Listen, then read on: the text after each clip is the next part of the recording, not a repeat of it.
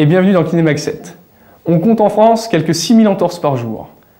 Alors, il y a plusieurs types d'entorses, de la bénigne à la grave, d'une simple distension ligamentaire à la rupture complète du ligament, mais quelle que soit l'entorse, même bénigne, il ne faut jamais la négliger.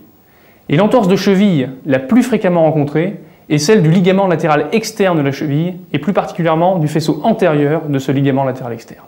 Bonjour Maria. Bonjour. Donc Maria va encore nous servir d'exemple aujourd'hui et je vais vous montrer donc où se situe le ligament latéral externe sur la cheville de Maria. Alors, ici on a la malléole externe, c'est ce relief osseux. Ici, un petit peu plus en dessous, on a un autre os du pied qui est l'astragale et entre la malléole et l'astragale étendu le ligament latéral externe de la cheville. Et il a 3 faisceaux et celui qui nous intéresse, celui qui est le plus souvent sujet à des entorses, c'est le ligament latéral externe, le faisceau antérieur du ligament latéral externe. Voilà. Et donc, le mouvement de l'entorse, c'est une extension du pied associée à un varus, c'est-à-dire à une torsion du pied. Extension, torsion, et hop, ce ligament va venir se léser. Alors, pour réduire les risques de cet accident trop fréquent, on va vous montrer quelques exercices simples et rapides à effectuer avant l'activité sportive.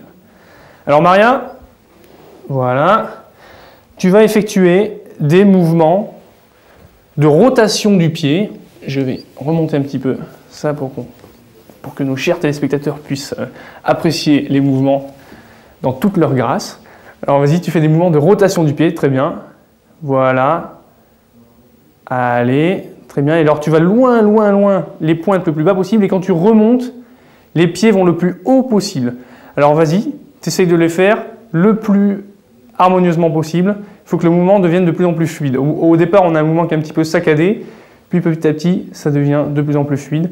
Et il faut en faire une quinzaine comme ça. Donc Maria, tu vas te mettre sur la pointe des pieds en décollant bien les talons. Très bien.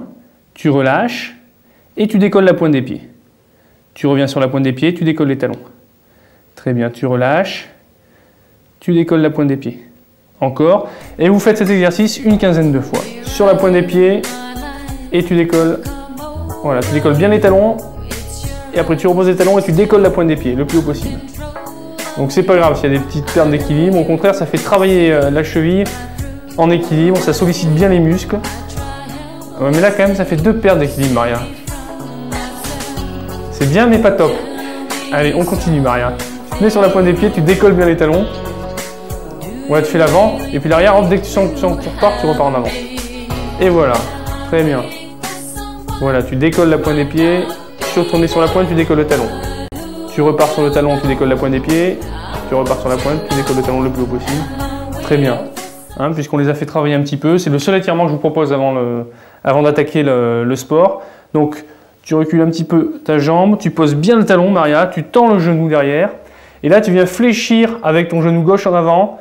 Voilà, tu viens en avant, tu gardes le dos droit, important. Et tu dois sentir ici que ça tire. Il faut bien garder le talon appliqué au sol. Ça tire? Oui. Ok. Donc voilà. Ici, on fait un étirement du triceps. On le maintient quelques secondes. Et on passe à l'étirement du triceps gauche. Donc même chose, même position avec un appui antérieur. Tu viens... Alors attention, là tu vois, tu tournes ton bassin. Il faut garder le bassin droit. Voilà. Et c'est tout. Tu plies ici. Et ici, tu viens pousser en arrière avec ce genou. Il faut tendre le genou, voilà, très bien. Le bassin reste droit, le dos aussi. Viens ici, pousse un petit peu, arrondis ton dos là. Ouais. Ok. Et tu viens, tu fléchis ce genou, tu plaques le talon, et ici, ça tire bien en arrière, on étire le triceps. Donc voilà quelques exercices assez faciles à réaliser, vous pouvez les faire tranquillement avant le sport.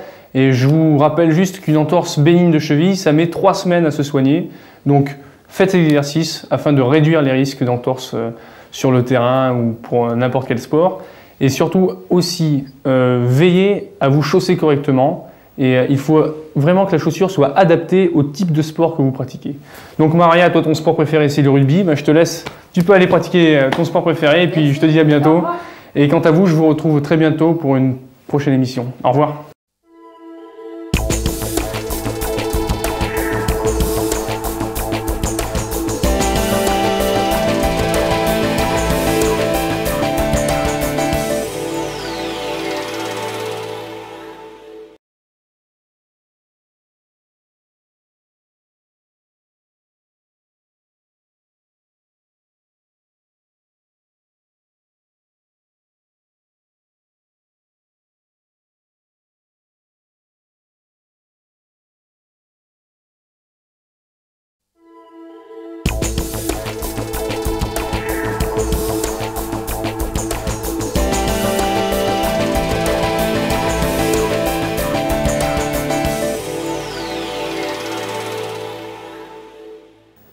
Bonjour, je suis content de vous retrouver pour ce nouveau numéro de Kinemax 7.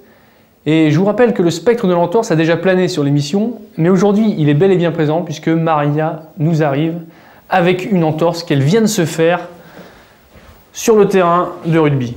Alors Maria, tu t'allonges. Alors Maria, je crois que tu n'as pas été très attentive à nos conseils de l'émission précédente. C'est pas très bien. Mais enfin, je pense qu'on va pouvoir faire quelque chose pour toi. Alors le but aujourd'hui, c'est de vous montrer la conduite à tenir immédiatement après une entorse bénigne.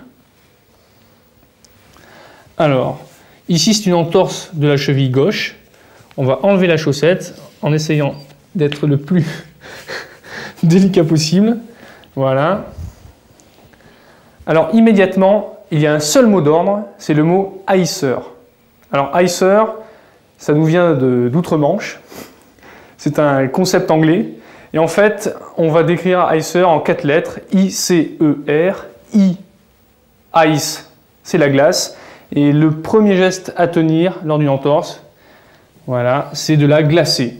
Donc pour ça, on va mettre d'abord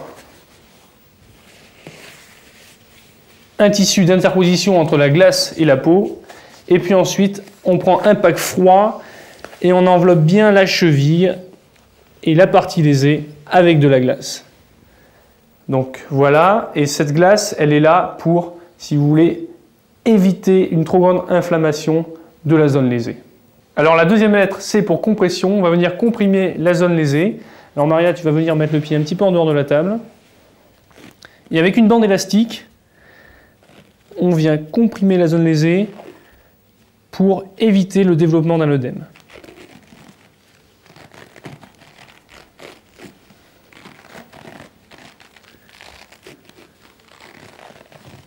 Alors une fois la bande élastique posée, vous maintenez la compression quelques heures. Alors la troisième lettre, E, pour élévation. Après avoir comprimé l'articulation, on va mettre celle-ci en déclive. Alors, voilà. Et ça va faciliter le drainage de l'éventuel œdème. Ces gestes seront d'autant plus efficaces qu'ils seront effectués précocement, mais ils ne doivent en aucun cas dispenser d'un avis médical.